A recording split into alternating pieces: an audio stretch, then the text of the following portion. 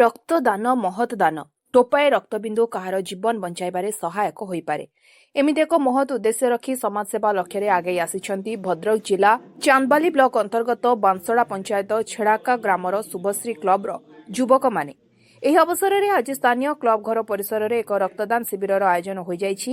Odisha blood centre ଭଦ୍ରକର କର୍ମଚାରୀମାନଙ୍କ ସହଯୋଗିତାରେ ଆୟୋଜିତ ଏହି ବ୍ଲଡ କ୍ୟାମ୍ପ ସକାଳ 10ଟାରୁ ଆରମ୍ଭ ହୋଇଥିବା ବେଳେ 2ଟା ପର୍ଯ୍ୟନ୍ତ କରାଯିବ।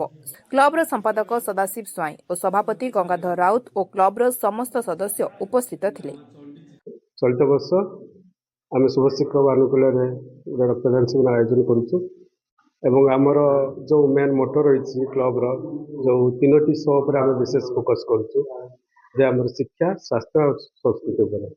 ତେଣୁ ସେହି କ୍ରମରେ ଆଜି ଆମେ ରକ୍ତଦାନ ଶିବିର ଆୟୋଜନ କରୁଛୁ। ଆଗାମୀ ଦିନରେ ଲକ୍ଷ୍ୟ ରଖିଛୁ କିନ୍ତୁ ଗୋଟେ ସ୍ୱାସ୍ଥ୍ୟ ଉପରେ ଗୋଟେ ମେଗା ଇଭେଣ୍ଟ କରିବୁ। ସେଥିପାଇଁ ଆମର ଦାବି ନିଶ୍ଚୟ ଆମେ ଉପସ୍ଥାପନ କରିବୁ ପ୍ରଶାସନ ପାଖରେ ଏବଂ ଆଗାମୀ ଦିନରେ ଶୁଭଶ୍ରୀ କ୍ଲବର ଏମିତି ସ୍ୱାସ୍ଥ୍ୟମୂଳକ ଏବଂ ଶିକ୍ଷାମୂଳକ ତା ସହିତ ସଂସ୍କୃତିମୂଳକ କାର୍ଯ୍ୟକ୍ରମ ଜାରି ରହିବ। ମୁଁ ଯେଉଁଟା କହିଲି ଆପଣ 3ଟି ଶୋ ଉପରେ କଥା କହିଲି, ଯେଉଁ 3ଟା ଶୋ ଉପରେ ଗୁରୁତ୍ୱ ଦେବା ଅର୍ଥ ଶିକ୍ଷା, ସ୍ୱାସ୍ଥ୍ୟ, ସଂସ୍କୃତି। ଶିକ୍ଷାର ମାନ ବଢ଼ିବ କେମିତି ଅଞ୍ଚଳରେ, ତା ସହିତ ସ୍ୱାସ୍ଥ୍ୟର ଅବଗତି ବିଷୟରେ ସମସ୍ତଙ୍କୁ ଆମେ ସଚେତନ କରାଉଛୁ। କେବଳ ଏ ସମୟରେ ନୁହେଁ, ଆମେ କରୋନା ସମୟ ଠାରୁ ଆରମ୍ଭ ଫୋକସ୍ କରିଛୁ। ଏ 7 ପଞ୍ଚାୟତ ଯେଉଁ ଅଛି ଆମର ଏଠି 8ଟି ପଞ୍ଚାୟତ, ଏ ପଞ୍ଚାୟତ ଉପରେ ଆମେ ଫୋକସ୍ କରୁଛୁ ଏବଂ ଏ କାର୍ଯ୍ୟକ୍ରମ ଯେଉଁ କରିଛୁ ଲୋକମାନଙ୍କୁ ସଚେତନ କରାଇଛୁ, ଜାଗରଣ କରାଇଛୁ। ତେଣୁ ଆମେ ଏଇଭଳି କାର୍ଯ୍ୟକ୍ରମ ଆଗାମୀ ଦିନରେ ଜାରି ରଖିବୁ ବୋଲି ଆମେ ଶପଥ ନେଇଛୁ।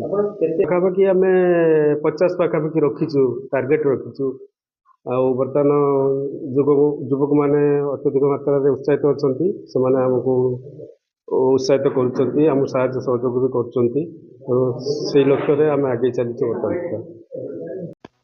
ରକ୍ତଦାନ ମହତ୍ତ୍ୱପୂର୍ଣ୍ଣ ଯାହା କଥାରେ ଅଛି, ସେଇଆକୁ ଭାବିକି ଆମେ ଏ ରକ୍ତଦାନ ଶିବିର ଆୟୋଜନ କରୁଛୁ ଯେ ଆମରି ଟୋପାଏ ଟୋପାଏ ରକ୍ତବିନ୍ଦୁରେ କାହାରି ପ୍ରାଣକୁ ଯଦି ବଞ୍ଚେଇ ପାରିବ ଆମେ ଉପକୃତ ହେବୁ, ଆମ ଶୁଭଶ୍ରୀ କ୍ଲବ ଉପକୃତ ହେବ, ଆମ ଗାଁର ନାଁଟା ବଢ଼ିବ।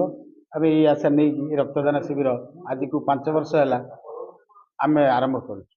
ବର୍ତ୍ତମାନ ସୁଦ୍ଧା 15 ୟୁନିଟ୍ ରକ୍ତ ଆମେ ସଂଗ୍ରହ କରିସାରିଲୁଣି। ଆଉ 10ଟା 30 ପାଖରୁ ଏ ରକ୍ତଦାନ ଶିବିର ଆରମ୍ଭ ହୋଇଛି।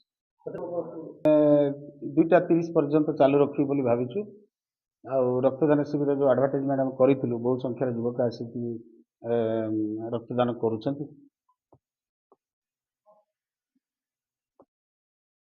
ଚାନ୍ଦବାଲିରୁ ନରେନ୍ଦ୍ର ଲେଙ୍କାଙ୍କ ରିପୋର୍ଟ, ସ୍ୱତନ୍ତ୍ର ଓଡ଼ିଶା ଲାଇଭ୍।